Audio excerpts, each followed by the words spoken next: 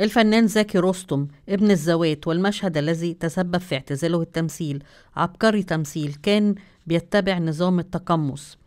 وسبب بكاء زكي رستم راهب الفن، وده اللقب اللي ادهوله الوسط الفني. قالوا عليه انه اعظم ممثل في التاريخ في التمثيل والتشخيص.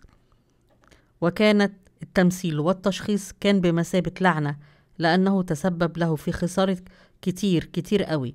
زكي رستم ابن العيلة الأرستقراطية، عاش ليمتهن التمثيل،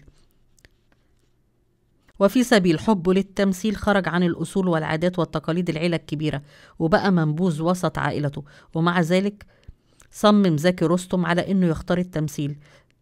بعد أن اختار زكي رستم التمثيل وسط محاولات إقناع عائلته، لتفاجأ بإصابة والدته بالشلل بسببه وخوضه للتمثيل. مع خروجه عن من باب صغير للعيلة الكبيرة، راح وعاش في شقة لوحده، بقى مشغول بنجاحه لوحده، ومشغول بالتمثيل اللي ركز فيه واداله من روحه وهمه واهتمامه، لدرجة انه نسي يكمل نص دينه. والزمن جري بيه في الوقت اللي كان عايز يكمل حياته بشريكة ليها، يكتشف انه سنه كبر، والجواز هيبقى هو كمان لعنة على الزوجة اللي هتوافق ان هي تشاركه بقية حياته. ومع بداية 1962 بدأت الإشاعات تنتشر حوله بأنه قرر الاعتزال وكبر. وراح وقتها محرر من مجلة الكواكب وقال له: هو أنت صحيح هتعتزل الفن يا أستاذ زكي لأنك كبرت ومبقتش قادر تقف على رجلك؟ في الوقت ده زكي رستم وشه احمر وإيده ارتعشت، وبدأ يدخل السيجارة ورا سجارة ويقول: أنا لسه شباب، لو ضربت واحد كف هيموت. وبعدين هو أنت شايفني ماشي على العكاز، ولا ظهري مقوس ومحني، ولا مركب طقم سنان؟ قول لي، انت بتحاولوا تنشروا الاشاعات بسمعتي؟ انا لسه زكي رستم بتاع زمان. بمرور الايام وبتهدأ الاشاعات، وبعد مشاركة زكي رستم في نفس السنة في فيلمين، هما فيلم يوم بلا غد وبقايا عذراء. ولكن في السنة اللي بعدها حصل تحول كبير ومهم في حياة الفنان الكبير العملاق زكي رستم. وقتها حس زكي رستم بمشاكل في الأذن، وبقى يتردد على الدكاترة دكتور ورا دكتور وياخد العلاج ومفيش فايدة، وكل مدى وكان سمعه بيضعف ومفيش أي تحسن. وهو رافض فكرة إنه يستعين بالسماعة، لأنه وقتها كان حجمها كبير جدا وواضح للناس.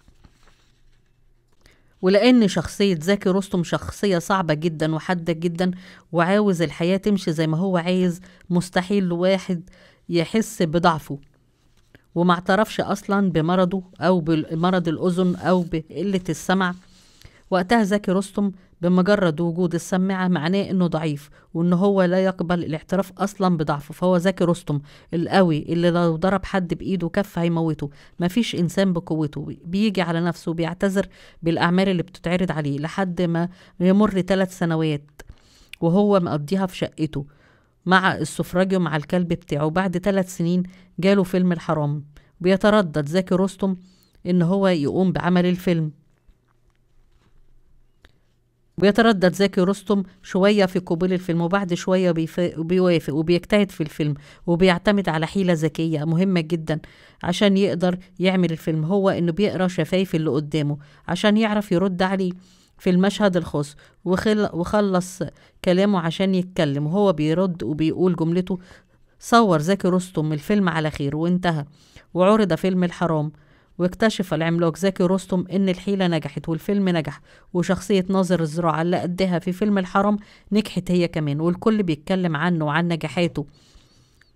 في الوقت اللي نجح فيه دوره في فيلم الحرام اتفتحت نفسه على الشغل، وجاله عرض فيلم تاني هو فيلم اجازة صيف، ورحب زكي رستم ومضى العقد وعشان يدخل للتصوير، ويكتشف ان سمعه عنده بيقل اكتر واكتر وتقريبا روح. وفي مشهد من مشاهد فيلم اجازة صيف في مشهد القهوة، وطبعا في القهوة خبط ورزع وهو مش سامع خالص، بالرغم من وجود جنبه الممثلين وقدامه الممثلين هو ما كانش سامع خالص. وبيقرأ الشفايف كويس، وأحيانا عشان محدش يحس ان هو مش سامعهم يقوم بجملة بصوت عالي جدا وشوية متأخر في الكلام، لدرجة ان العمال لاحظوا بقى يضحكوا ويلمحوا لزكي رستم بهذا، لغاية لما أرى ده على وشهم وعرف ان الناس عرفت ان هو مش قادر اصلا مش سامع. يلا. زكي رستم على وش المخرج غضبه منه، فقرر بعد الفيلم ده إنه خلاص هيعتزل الفن نهائيا وياخد قراره بالاعتزال، وهو بيبكي الدمع مجددا ووحيدا أنه يتحمل على نفسه ماديا ومعنويا حتى أنه يكمل فيلم أجازة صيف، ومن بعدها يعتزل السينما نهائيا. اعتزل الفن نهائيا حتى رحل عن الحياة في 15 فبراير 1972 أثر تعرضه لأزمة قلبية، ومات وحيد في منزله مع خادمه ومع كلبه العجوز، وشيع جسمه 4 أشخاص فقط، منهم الخادم الذي كان يلازمه طوال حياته.